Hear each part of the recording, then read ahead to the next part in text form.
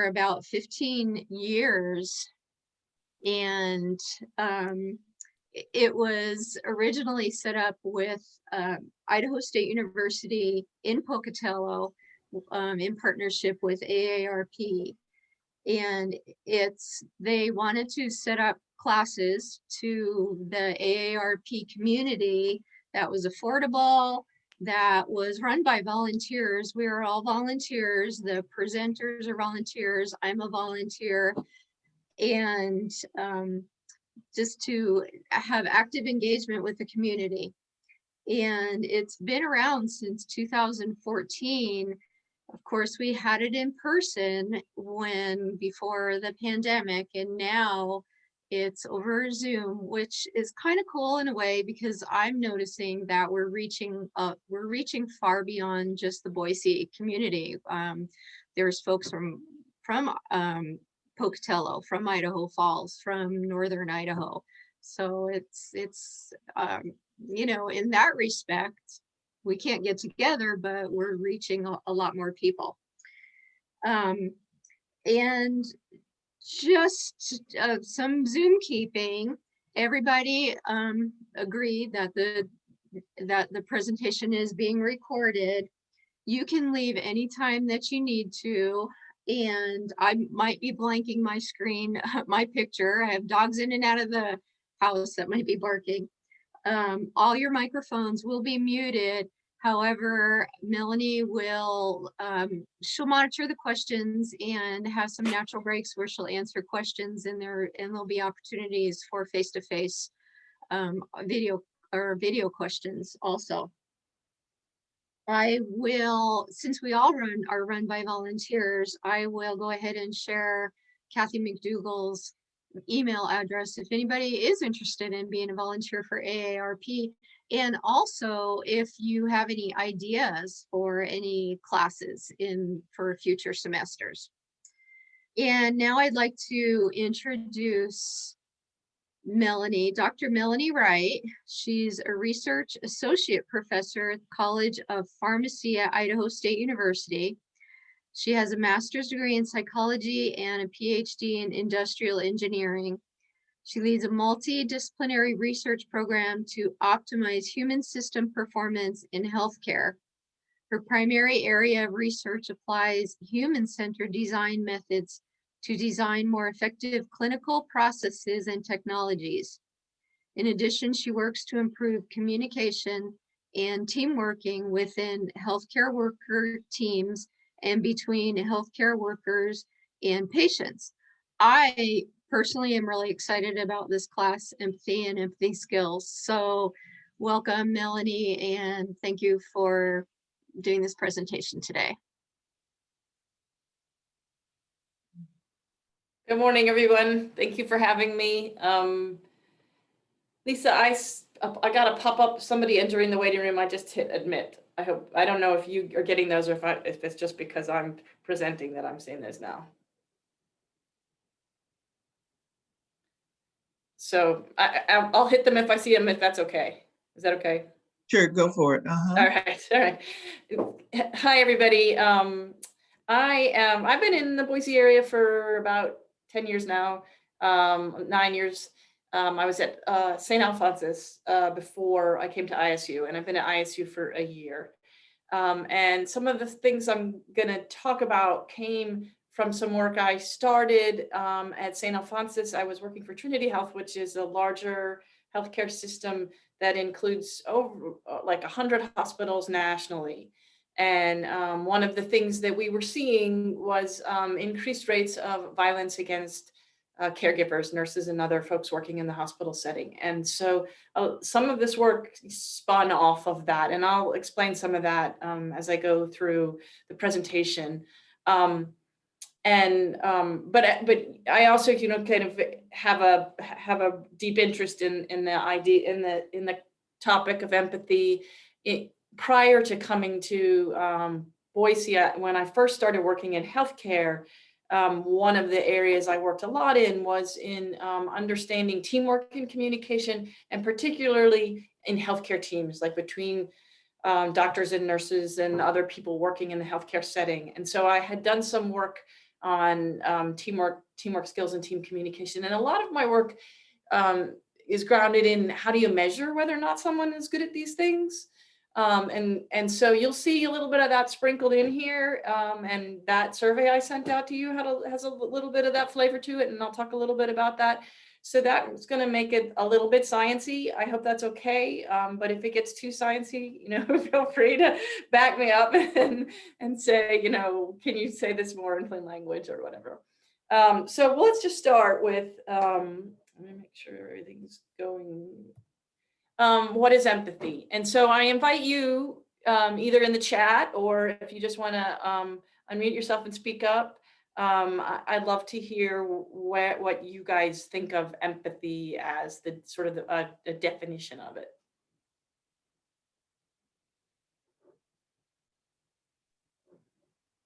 To me, empathy is just feeling what other people feel and having, that kind of compassion and understanding for what they're going through. Yet sometimes it's a little bit debilitating. That's wow. It can also be an intellectual connection as well as emotional. Great. You guys are just I don't have to give the presentation. So both of those are really, both of those are key points. And Lisa had a lot of stuff in hers, which you'll see matches a lot of the stuff that I'm going to show you. And in the chat, I'm seeing putting yourself in other people's shoes, which is the idea of perspective taking. Sometimes people use that language. And then caring and compassion, I think, is a really important component as well that other people are mentioning. So this is just kind of a general definition. A person coming to know the internal state of another person. And when we heard you guys saying the way people are feeling and also kind of the intellectual piece of it as well, of another, and be motivated to respond with sensitive care. So that's kind of the caring and compassion piece of it. This is if you're interested, Batson in this really short paragraph to this presentation came up with what he sees as sort of 8 distinct concepts of empathy. And that's one of the things I kind of want to talk about today is, again, back to, the science of measuring it, you've got to know exactly what you're measuring. So his 8 concepts are one, sort of just knowing another person's state. And he says thoughts and feelings, which in a way maybe is 2. And I'll show you a little bit more on that as well. Another one, a lot of times research in empathy, then this is very interesting. We'll look at, for example, how much, we'll look at like brain imaging and see if your brain is responding in certain ways to certain things in the same way as other people. And so that can be kind of very interesting research. But that's sort of what's going on here in number 2 is adopting the posture. And sometimes it's just, are you eliciting the same emotional responses or the same neural responses of someone else? Coming to, somebody mentioned this, feeling the same way another person's feeling. And then there's the pieces of, well, more the perspective taking. So putting yourself in another one's situation, imagining how another person is thinking or feeling, or imagining how you would feel if you were in their place. And then finally, the pieces of, your feeling for them, either feeling distress at seeing their suffering, feeling your own distress, or feeling having a compassionate feeling for another person. And so they're kind of distinct ideas, but very much related. On top of that is this idea that empathy is motivated. And this is kind of, I think, a little bit newer in the science, that in all situations, we don't have the same motivations for empathy. So, the idea that you can want to think or know about someone and understand what they're thinking and what they're feeling, that you can be motivated to do that more or less, depending on who the person is, depending on what the situation is. And so the idea, Weiss and Zaki referred the sort of that negative motivation, I don't want to, as avoidance motivation, and the positive ones is approach motivation. And people will avoid empathy. They will try not to think about how you're thinking and feeling if there's a perceived cost. And sometimes there's like a competition for resources. You know, I only have so much time today. I don't have time to take the time to understand all of your problems and perhaps an energy, you know, cost. It can be exhausting. I don't have the energy not only to, you know, maybe I have the time to sit and listen, but I don't have the energy or the emotional energy to feel. And those could be very different things. The thinking and understanding about the way you're thinking and understanding versus actually feeling it. And I'll talk about that a little bit too. And so those can be reasons why you might avoid empathy. And then some reasons why you might approach, you know, want to have empathy would be, you know, you want to share somebody else's positive state, you know, like somebody's having a good experience. You want to be a part of that, or it's socially desirable, or it strengthens your social ties. And you know, you guys, most of you guys, I think, because of based on the size of the group and the number of responses I got, I think most of you guys answered the survey. And so, you know, when you think about family and friends, there's you know, a real kind of strong desire to have that so connecting those social ties. So when I mentioned before that, you know, a lot of the work that I do comes from, you know, how do we measure this in people? This group of researchers, Ashwin and Batchelder, took a bunch of scales, and there were some older ones that measured empathy that looked at some, I think, some somewhat strange things. They had this idea that someone who is good at putting themselves in someone else's shoes must be someone who has high degree of imagination or can you know, is good at fantasizing or escapes in movies. And so they had items like that in their questionnaires. So this group of researchers took a bunch of those surveys and narrowed them down to about survey items, about 50 questions, a lot of them that were really focused on those first 8 areas I showed you that is in Batson's definitions. And they put them together and they gave them out to like a couple of hundred people, just like I gave you, but you guys only had 15 times, you had 30 items. They gave about 100 items out to 100 people and did something called factor analysis. And that's a statistical method of taking all the responses to all of these items where you rate like slightly agree to strongly disagree to strongly agree. And they look at which items kind of hang together in a group. So these 5 things look like they're measuring the same things because this person answered them in a similar way, and this person answered them differently, but in a similar way. And the math does all that for you. And what they came out with when they did all that was, well, actually, we think there's kind of 5 among this set of queries that we started with that's based on the literature. There's really kind of 5 things you can measure. You can measure cognitive ability, and those were statements like, I'm usually good at judging if someone says one thing or means another. So I'm kind of good at figuring out what people are thinking.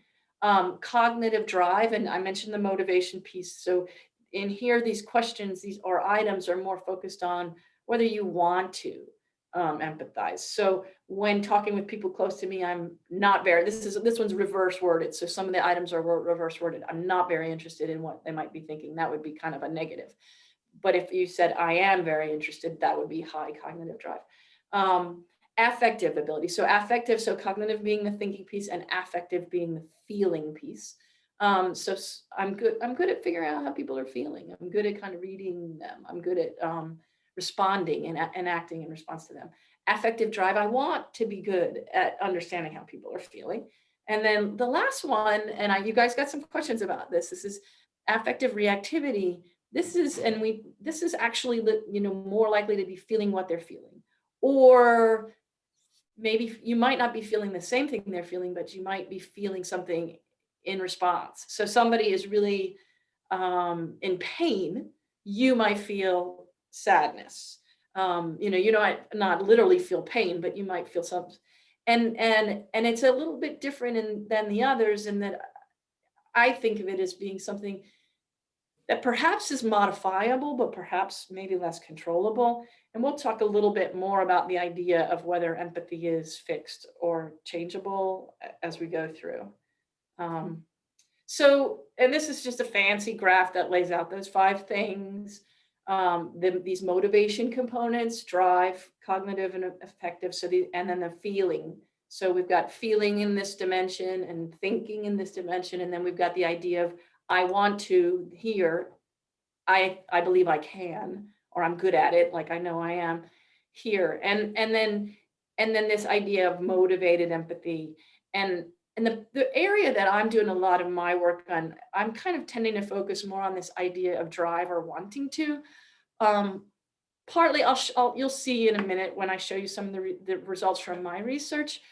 For one thing, I think people are better at saying what they want, what their motivations are, than they are at saying how good they are at something. We tend to overestimate how good we are at something. We don't tend to overestimate our motivations. I think we tend to be more reliable and more consistent, and or match what another person would say about us, in saying what our motivations are than our ability. So that's part of the reason. But another part of the reason is that they're so close, that measuring one is not that different from measuring the other. And then so I'm really kind of focused. The work that I'm doing is in a couple of areas. One is teachers' empathy towards students. So can we help students be more successful by improving teacher empathy towards students? And then healthcare workers' empathy toward patients, and in particular focusing on patients that you don't understand why they're behaving in certain ways that may seem wrong to you, but may have other things behind them. And the same thing is true with students, teachers' empathy towards students. You see some students' behavior, you may misperceive it as being laziness or apathy, but it may be something else completely. It may be that they have a job, or they have a kid at home, or all sorts of things like that.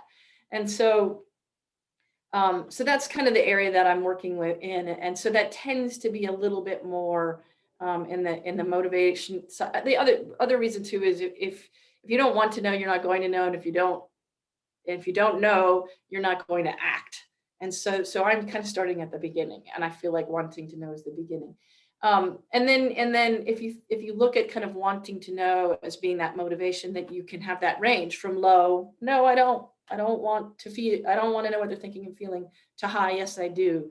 And I have in here out groups and in groups, because there's this idea.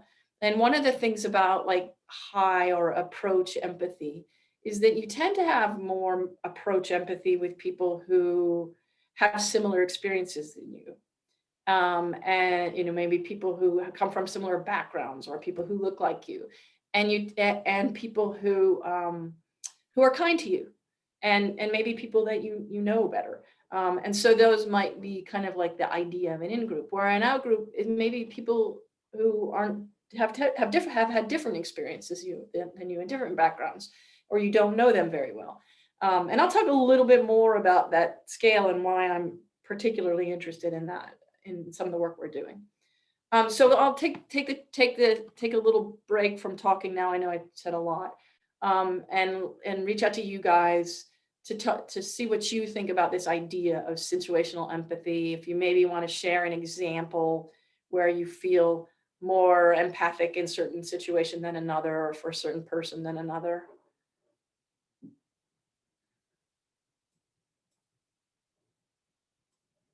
Anybody want to share? You can type something in, or you can just unmute and speak if you like.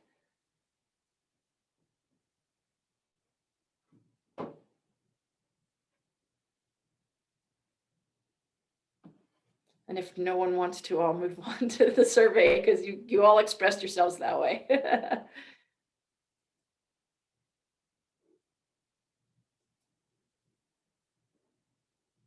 Okay, well, I'll share one. We've got one here. I feel more empathic with people in my family and with my friends. Yeah.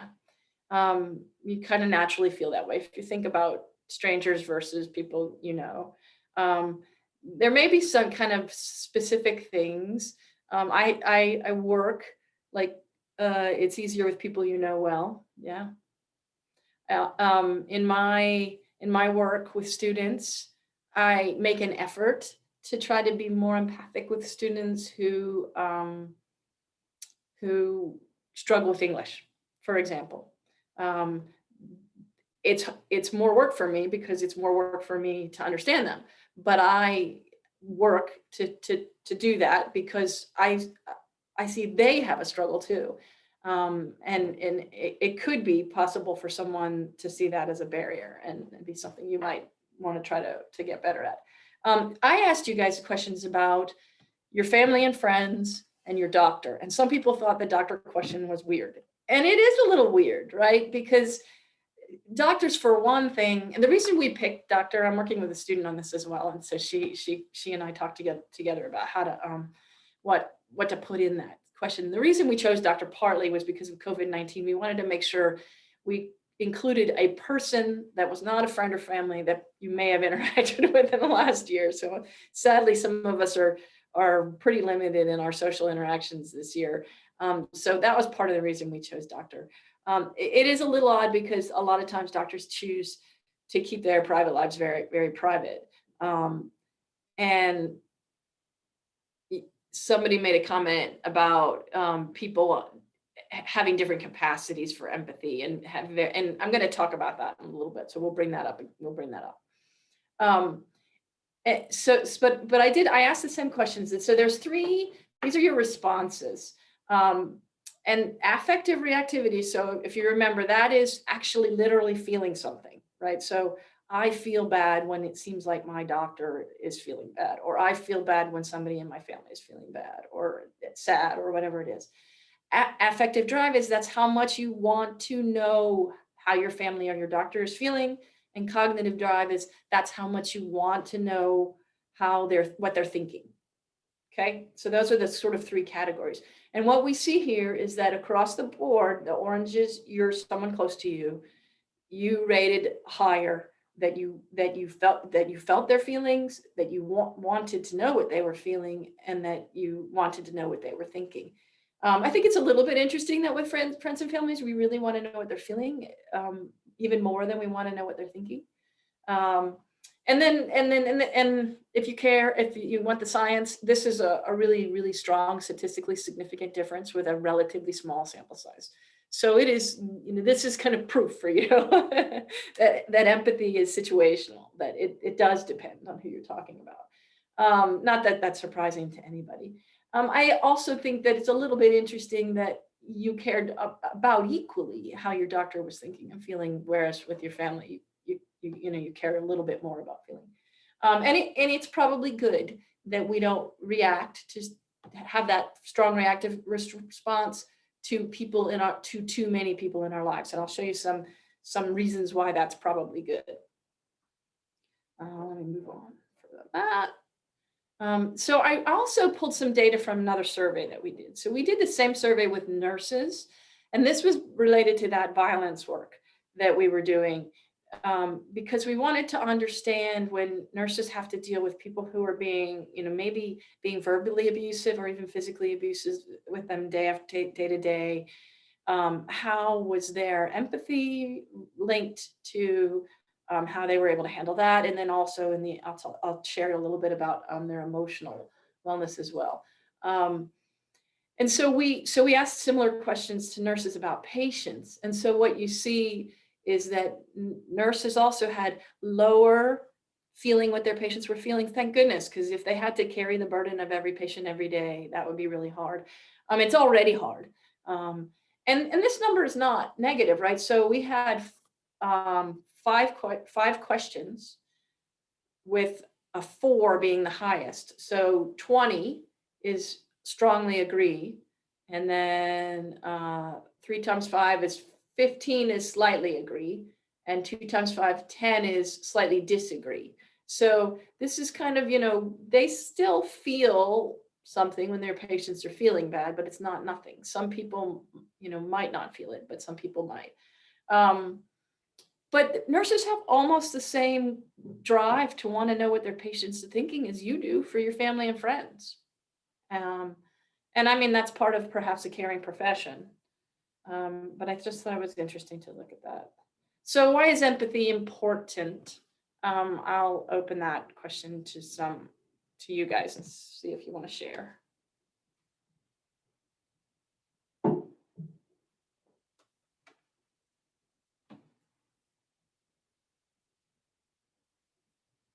Anybody want to share why they think it's important? I taught school for 28 years from 5th, 6th, and 7th graders. And I found out if there was a problem in the classroom, especially a health problem, that if the children could understand it, they would have empathy.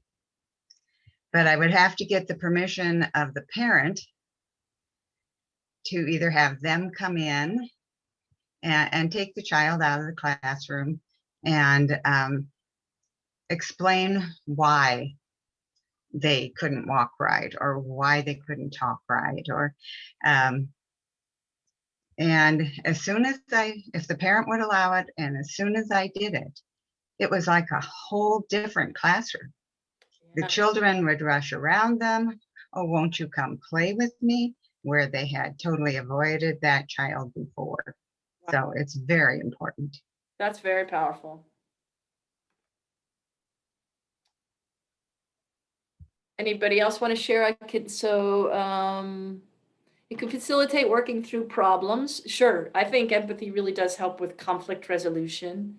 And Kathy, I mean, without it, we aren't human. I mean, it is social connection, right? I mean, people die without other people, and empathy, honestly, is building that social connection. So it is very human. And Lisa, have compassion and understanding for others. Absolutely. So I think it's an easy question, but oops, I pushed the wrong button there. But at the same time, I think it's important to call it out. I just want to share this example from the work we did with the hospital nurses. So what we did with the hospital, and it wasn't just nurses, we had social workers, healthcare technicians as well, and security folks as well, because anybody who was working in a setting where they were more likely to encounter kind of patients being aggressive or potentially violent. And we split the groups up. We took a group of people who their peers said they were really good at managing people who were behaving, aggressively. And then we also took a group of people that had been involved in incidents with patients that had been reported where patients maybe had been violent toward them. And we came up with several kind of strategies for managing those situations. But at the top of the list for the people who were good at it was this idea of empathy.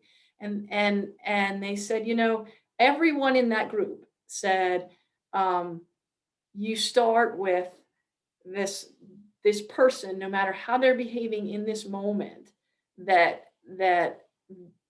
people are human, and that everyone is a good person kind of deep down.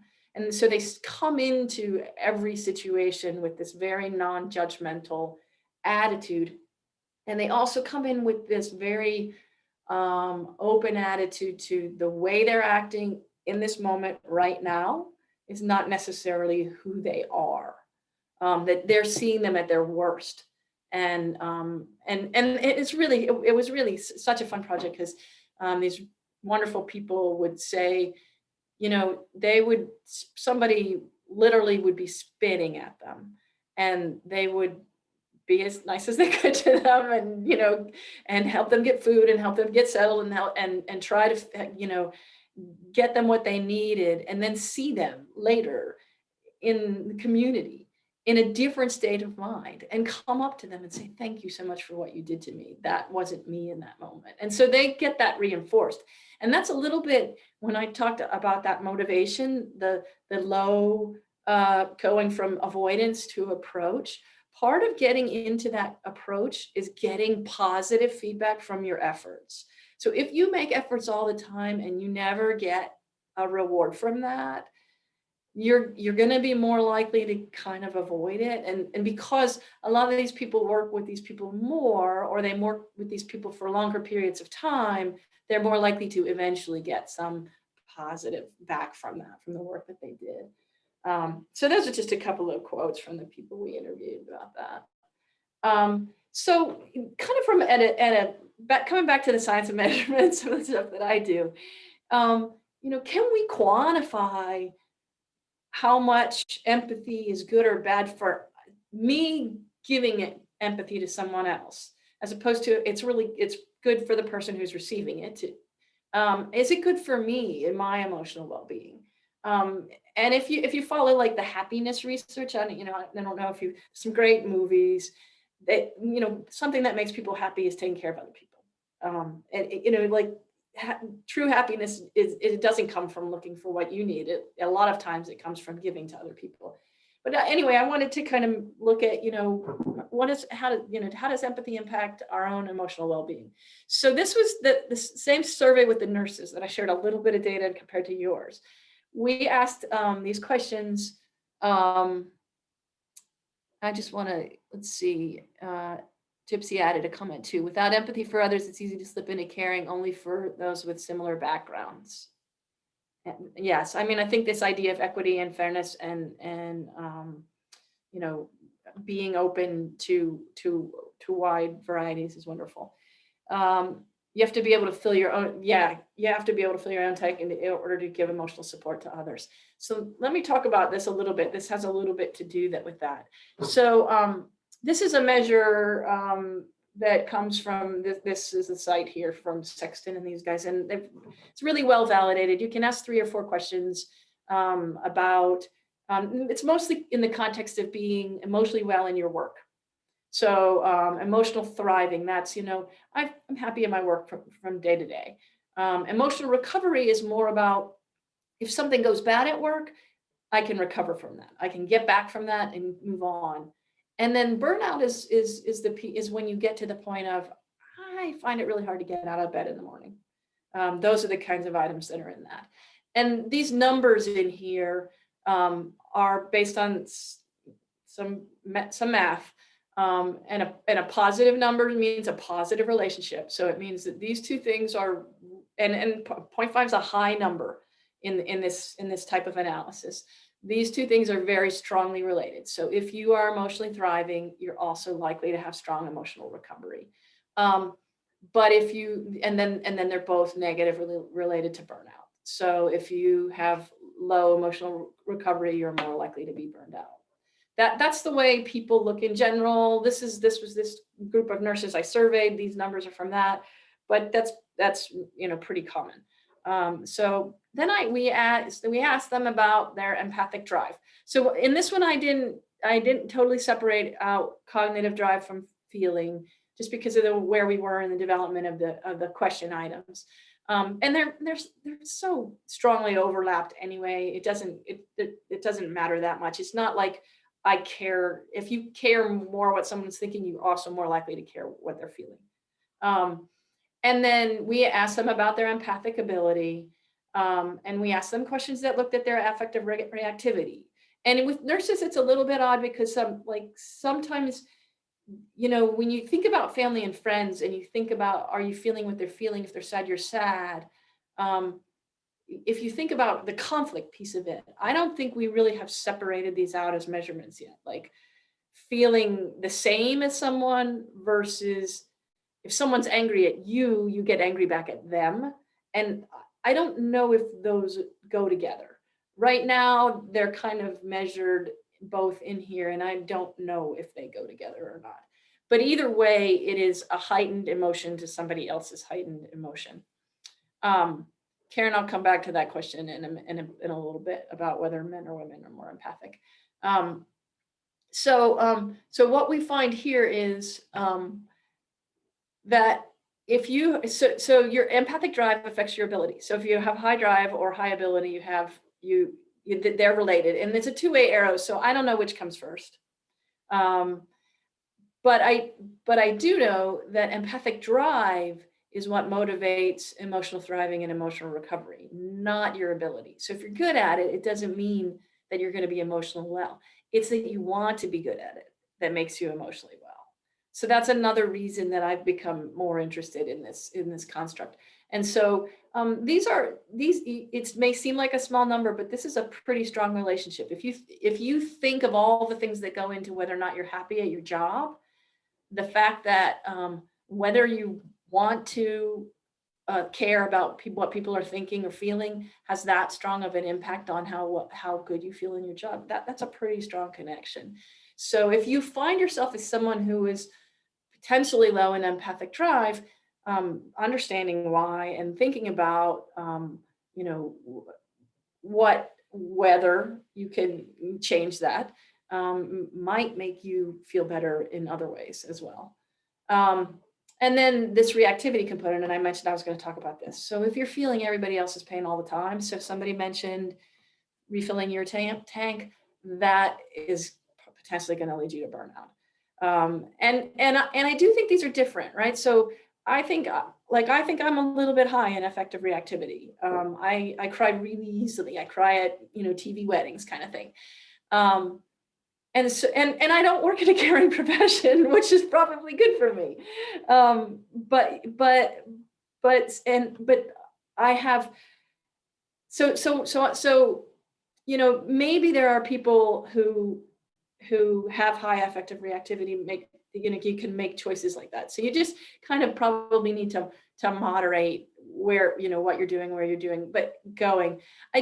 Although I do think all of these things are controllable. So like, for example, the social workers we talked to who were really, really good at handling these patients and came in with these very non-judgmental attitudes, that had come from years of experience and exposure.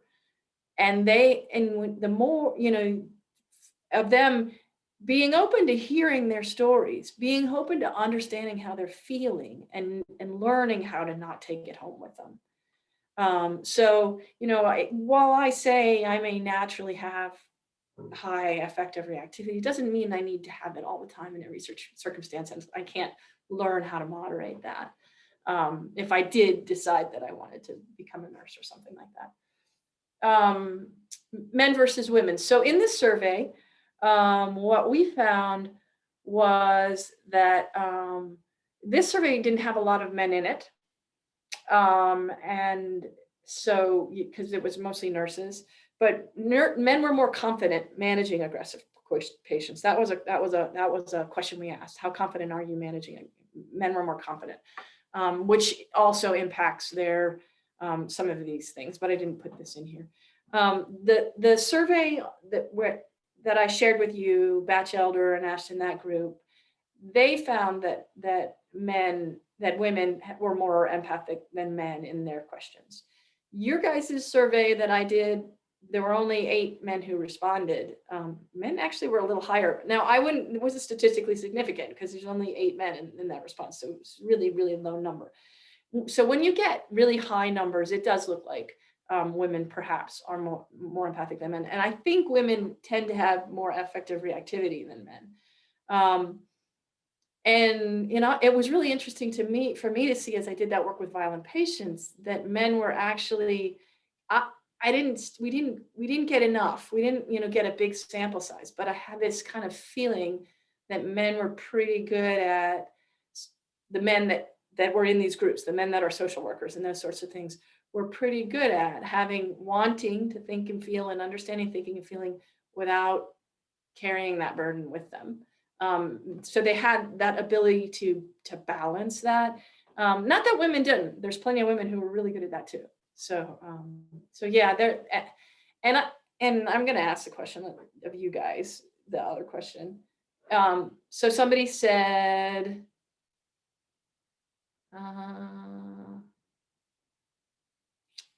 where is it?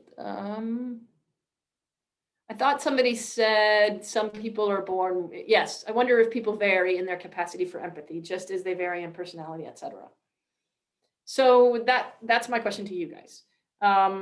Do they, are some people just naturally more empathic? And then if you're perhaps not one of those people, can you get better at it?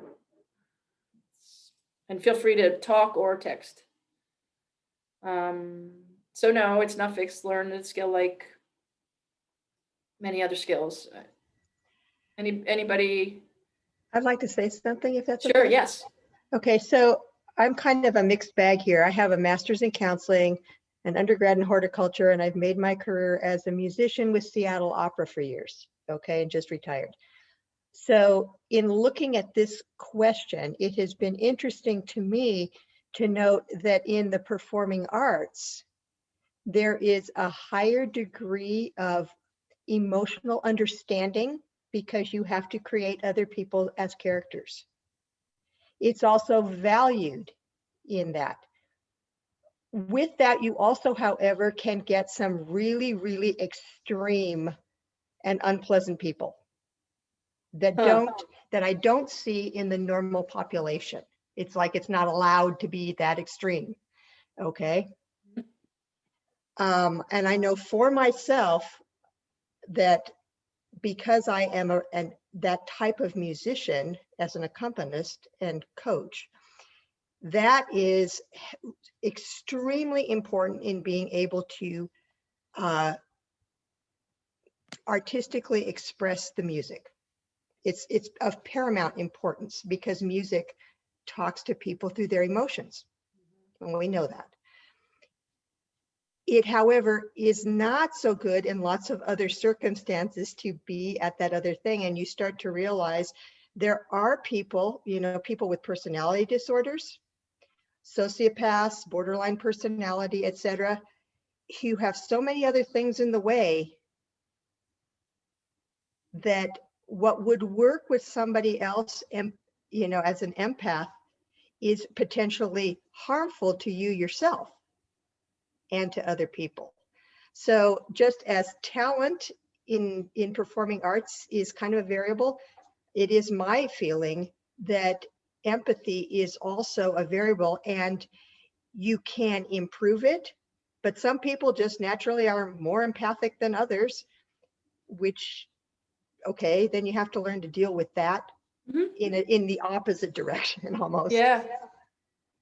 Mhm. I think you guys are kind of hitting it on the head. Do think we have different abilities, and whether some of it's genetic, probably some of it we learned from our parents or in kindergarten, or what.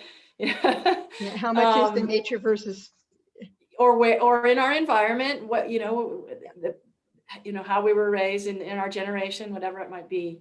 But there is this kind of theoretical idea in education of a growth versus a fixed mindset. And some of you guys may be familiar with this. And it's typically talked about in the context of intellectual abilities. So the idea that people have fixed intelligence, so to speak, versus intelligence is changeable. And one of the things that they found in that context is that if you have a growth mindset, like as a teacher, that tends to benefit students, because you don't kind of like just shut them off as being, well, that's all they're ever going to be able to achieve. And you tend to be more open. I think the same thing is going to be true with empathy, that if we approach it with a growth mindset, people can change, and that's going to be good. But you're right. I think people starting from different places. Okay, so it does take great courage. I like that, Kathy. Mhm. I'll share a couple of examples of changing it. Melanie, before you move on, Callie has her hand up. Okay. Did you want to ask a question or something, Callie? Your hand was up.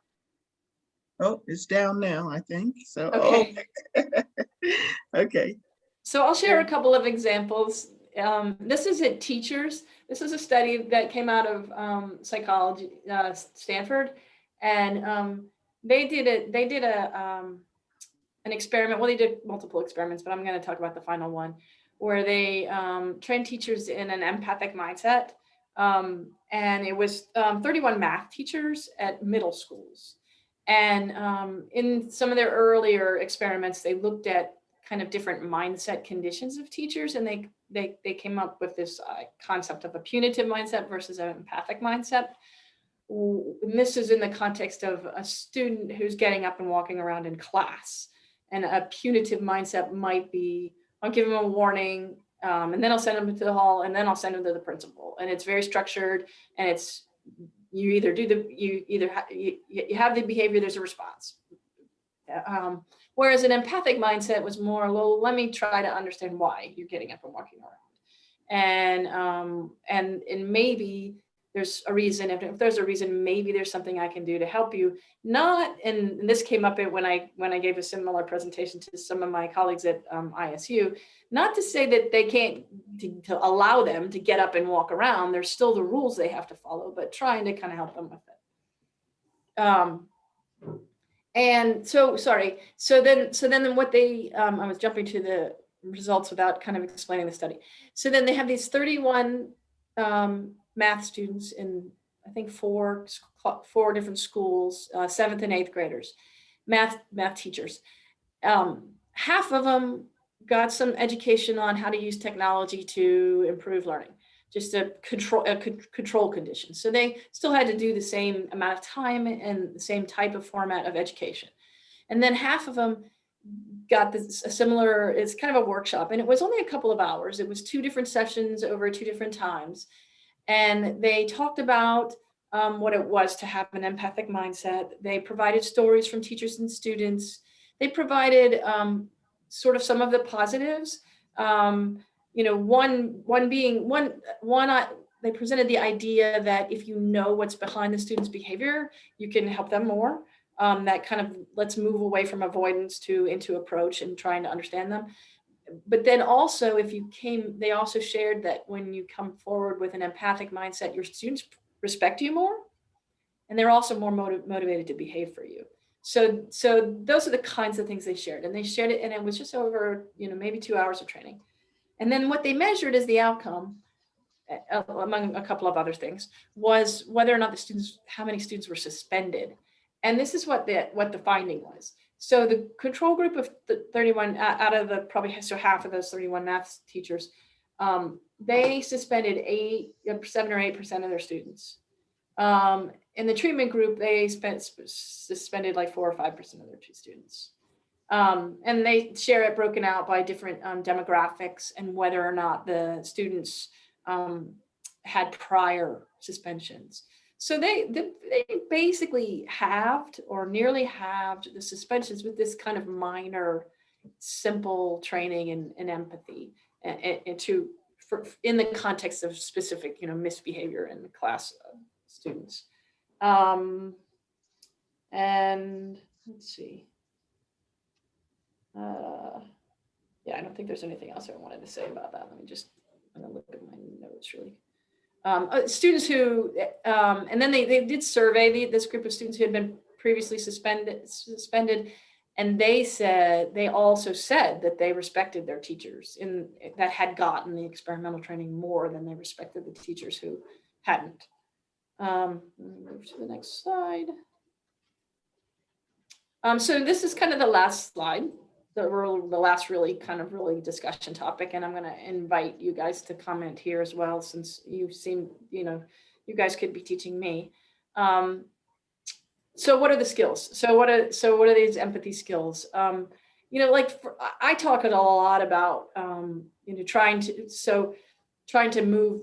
I think of expanding empathy not so much as you know, what we all want to know what people are thinking and feeling in any given moment, so in certain circumstances. I think of it more as expanding those circumstances.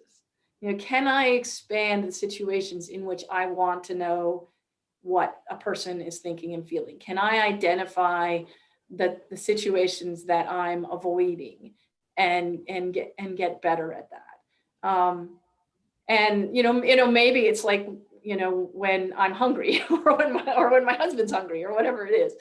So one way of doing that is, you know, avoiding stereotypes. So if you're going into a situation and if you don't have a good knowledge of someone, let's not rely on stereotypes to make judgments. And that's just kind of an open-minded thing.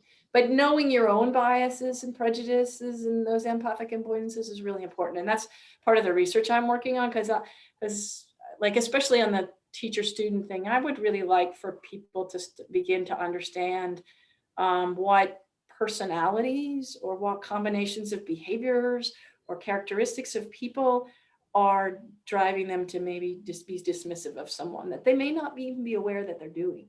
And so I'm working on longer term, hopefully developing a tool that will allow people to see, oh, I treated this person in this way. I thought this person should be treated in this way and this person in this way, without knowing more about them.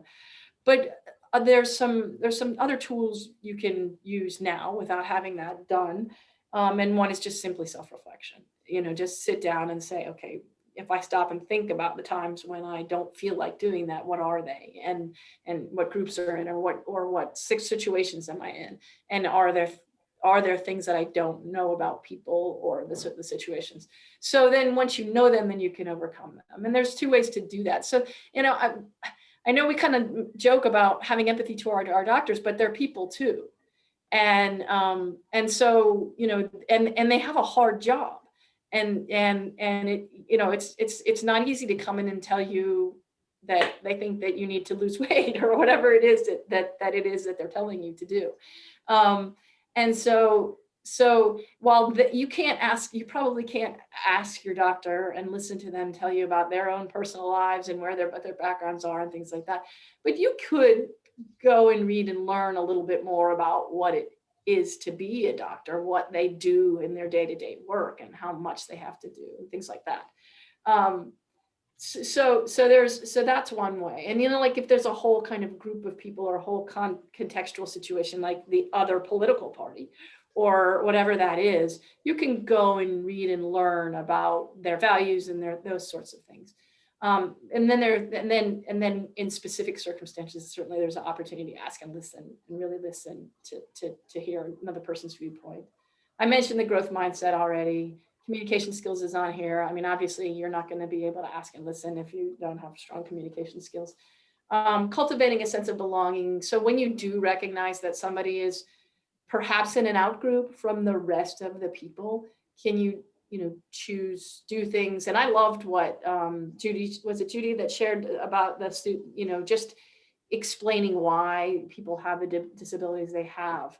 Just knowing and understanding that helped cultivate a sense of belonging. But also when you're going kind of into that classroom where you have a couple of people with disabilities and everybody else isn't, you choose the activities so that everyone can participate. And I failed, like I was doing interprofessional education with students and DO students and nurse practitioner students, and I did an opener of like, tell us about your first car. And I realized that, there were a couple of people who hadn't had a car yet in their lives and didn't drive. And I could just tell that when everybody told their stories and laughed, and then there were two people who didn't have stories at all, and I felt just terrible. So next time I'm going to choose a different opener. And so does anybody want to add to that? I don't know where we are on time. We've got like 5 minutes left, and you guys have had some great input and insights, things you can do to get better at this. Let me make sure I haven't missed anything on the chat.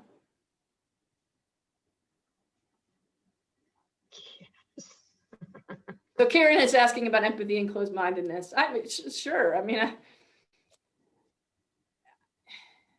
I don't think you can be empathic without having an open mind. And experience is huge to that. So, right. So that, I think that we have to allow that we develop a lot of things through experience but going into an experience with an open mind definitely allows you to take the most out of that. So getting to know people outside your immediate circle. Absolutely. I think one of the resources, and I got a few here that I looked at, oops, went too far. It wasn't this one, but I just Googled empathy skills. talked about challenging yourself, right? So that's the same thing, getting outside of your comfort zone. These are some other resources. So these are kind of more in education and in the context of nursing, but does anybody else want to share?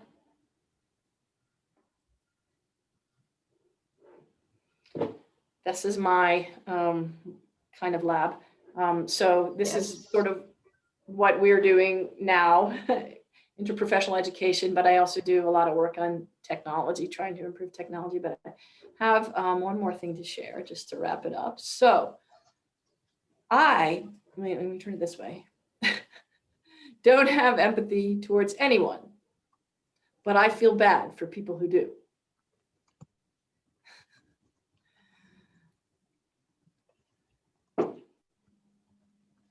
Can you be too empathic? You can be too empathic, Lisa. You have too much affective reactivity. Oh my goodness. Anybody else have any more questions or anything else they want to share? Lisa's asking, can you be too empathic? Yeah, I mean, I think I don't think you can be too open to understanding thoughts and feelings, but you can definitely open yourself up to too much carrying it away with you. And you can and this is one of the things that came up when I talked with administrators at ISU and students and teachers at ISU, the idea that being empathic does not mean the same thing as just letting people do whatever they want to do and letting people let go of their responsibilities. And recognizing that those are potentially related, but not the same thing.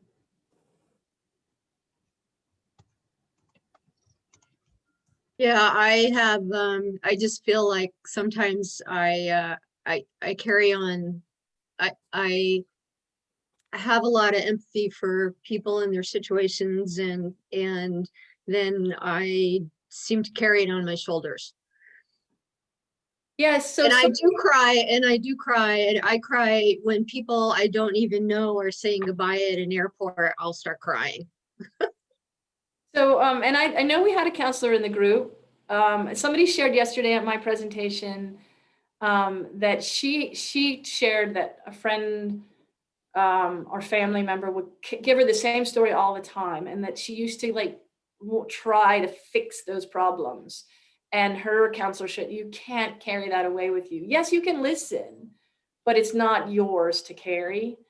And I don't, if whoever in this group is a counselor wants to share more along those lines, I welcome you to. And Elizabeth, if you're still muted. Now, now it looks like can you hear me? Yes. Okay, it says it's mute when you can hear me. That's it. Okay, now we're good. I, of course, now would resonate with the thing about the comment about too much empathy.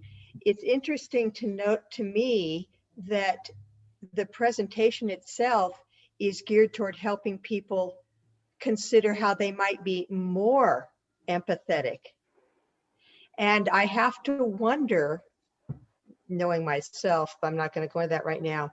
I have to wonder if we don't have a situation that is similar to there are more extroverts than introverts, that type of thing, so that the norm is lesser degrees on a scale, okay?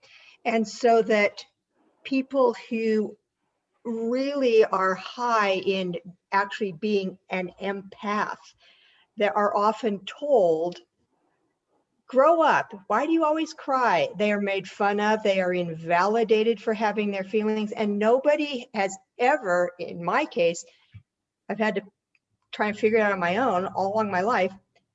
How can I handle those feelings and have them rewarded and yet have better skills to handle the input that comes from that? It's usually geared the other way. How do we get you to open up to have more empathy? Not how do we teach you to handle this enormous amount of empathy you have that's really difficult. Yeah. Yeah, and in my work, I am definitely focused on like very specific questions. So like in the healthcare field, how do we improve empathy for people with addiction, mental disorders, and developmental disabilities, people who are stigmatized, where their behaviors aren't really well understood, they act in ways that are unexpected. And so in that case, learning about those things is huge. And you know, a little bit this conversation and the one I had yesterday, maybe there's a little bit of preaching to the choir, you know, so maybe the question of these groups should be more about, you know, we are doing this and are we doing it potentially too much? But I mean, you saw that in our data, the nurses that had high empathic drive for wanting to know what people are thinking and feeling were protected emotionally. It's just when you feel the other people's feelings that it becomes more of a burden to you emotionally. Right. So the And I people don't who think, have, and I think you're right, more Elizabeth. empathic, I'm sorry. Go ahead. I was just saying we don't know a lot about how to fix that, but maybe you do. Well, no, it's been stumbling my whole life. with Yeah. that. And I would classify myself and perhaps the other woman or whoever it was that raised that question, as the outliers. And we always tend to go toward a normative, don't we? So people on either side, sociopaths to too much, nobody knows what to do with them, and they're left to kind of figure it out on their own or not. Just throwing it out there. Yeah. Yeah. I can't tell you how many times I've said to my own family, nothing wrong with crying. There's nothing wrong with crying.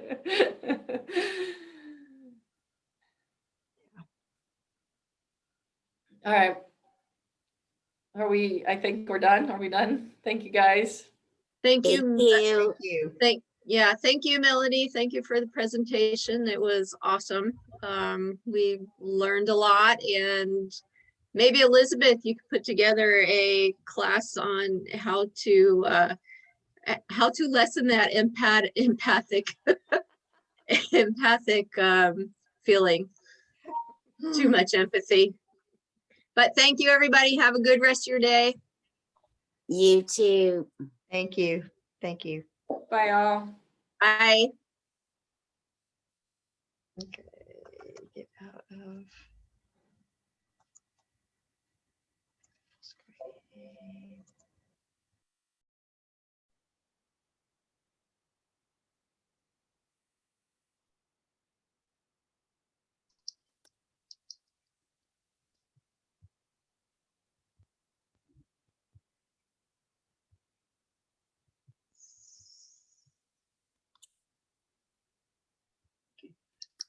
Bye, Sheena. Thank you.